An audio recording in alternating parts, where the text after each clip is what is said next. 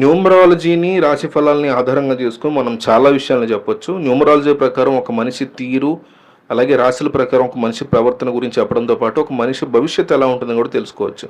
Radix సంఖ్య ఆధారంగా చాలా విషయాలను తెలుసుకోవచ్చు. ఇది జ్యోతిష శాస్త్రం కూడా దీన్ని అప్రూవ్ చేస్తుంది. ప్రతి సంఖ్యకి కూడా ప్రత్యేక ప్రాధాన్యత ఉంటుంది.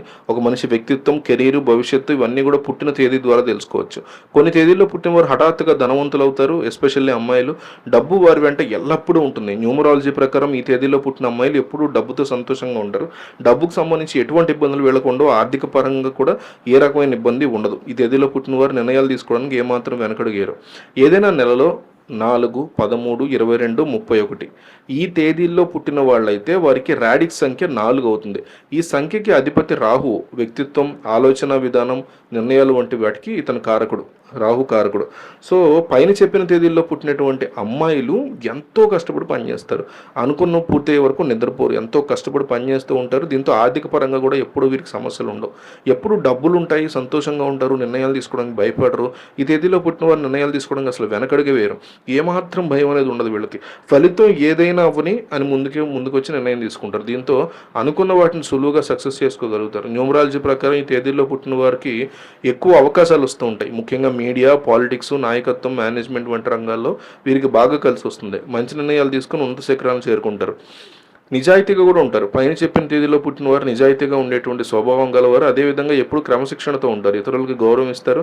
సమాజాలను కూడా వీళ్ళు చాలా మంచి ఇది కోరుకుంటారు. అట్లాగే ఇంకో పక్క చూస్తే ఏ శుభకార్యం మొదలెట్టినా, ఏ పూజ చేసినా ముందుగా మనం వినాయక పూజ చేస్తాం.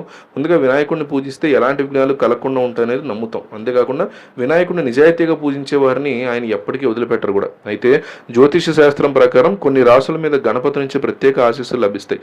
మరి ఆ రాసులు ఏంటి, ఆ కథ ఏంటి అనేది మనం ఒకసారి చూస్తే, మేషరాశి వారి పట్ల వినాయకుడు ప్రేమ చాలా ఎక్కువగా ఉంటుంది.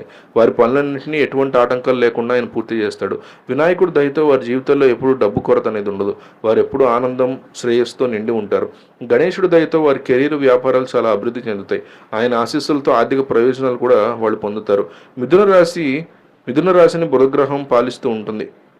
గణేశుడికి ఇష్టమైన రెండో రాశి ఇది. గణేశుడు ఈ రాశి వారి కోరికలన్నింటినీ ఖచ్చితంగా నెరవేరుస్తాడు. ఈ రాశి వారికి వృత్తి జీవితంలో పురోగతి, మంచి ఫలితాలు ఇస్తాడు.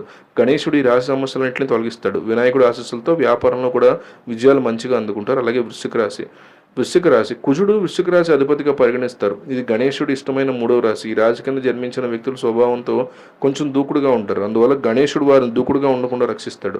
కష్ట సమయాల్లో దేవుడు వారిని ఎల్లప్పుడూ రక్షిస్తాడు. ఎలాంటి ప్రమాదం వచ్చినా రక్షించడానికి వినాయకుడు ఎప్పుడు ముందుంటాడు. గణేశుని దయతో వారి చెడ్డ పనులన్నీ అంతమవుతాయి. దేవుని చన్నని చూపు వారి మీద ఎప్పుడూ కూడా ఉంటుంది. అలాగే మకర రాశి శనిదేవుడు మకర రాశి అధిపతిగా పరిగణిస్తారు. ఈ రాశి వారికి గణేశుడు అంటే చాలా ఇష్టం.